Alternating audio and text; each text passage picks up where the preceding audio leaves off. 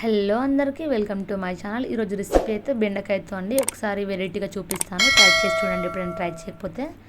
So ముందుగా కడాయి పెట్టేసుకొని oil వేసుకొని కొంచెం దాంట్లోనే కొంచెం జీలకర్ర, అలాగే ధనియాలు, అలాగే వెల్లుల్లి అండ్ అలాగే ఎండుమిర్చి వేసేసుకొని ఫ్రై చేసుకోవాలి. అవి మంచిగా బ్రౌన్ అయిన తర్వాత తీసి పక్కన పెట్టేసుకొని మిక్సీలో వేసేసుకొని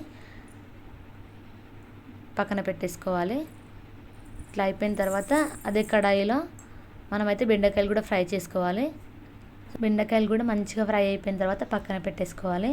సో మనం బెండకాయ క్వాంటిటీని బట్టి మనం ముందుగా తయారు చేసుకున్న ఉంటుంది కదా, జీలకర్ర, ధనియాలు, వెల్లుల్లి, ఎండుమిర్చి, కారాన్ని రెడీ చేసుకోవాలి. సో ఇలా ఫ్రై అయిపోయిన తర్వాత పక్కన పెట్టేసుకున్న తర్వాత అదే కడాయిలో కొంచెం ఆయిల్ వేసేసుకొని కట్ చేసి పెట్టుకున్న ఆనియన్స్ అలాగే పచ్చిమిర్చి యూస్ చేయొచ్చు. నేనైతే ఇక్కడ యూస్ చేయట్లేదు. ఆనియన్స్ వేసేసుకొని ఫ్రై అయిపోయిన తర్వాత అందులోనే కరివేపాకు వేసుకొని కలిపేసుకున్న తర్వాత మనం కట్ చేసి పెట్టుకుని టమాటోస్ కూడా యాడ్ చేసేసుకొని మంచిగా కలిపేసుకోవాలి.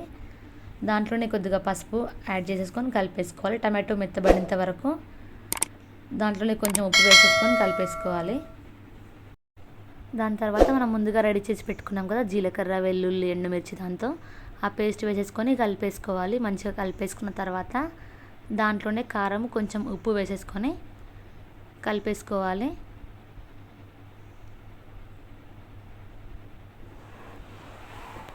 తర్వాత మనం ఫ్రై చేసి పెట్టుకున్న బెండకాయలు కూడా యాడ్ చేసేసుకొని కొద్దిసేపు కలిపేసుకొని మగ్గించుకోవాలి.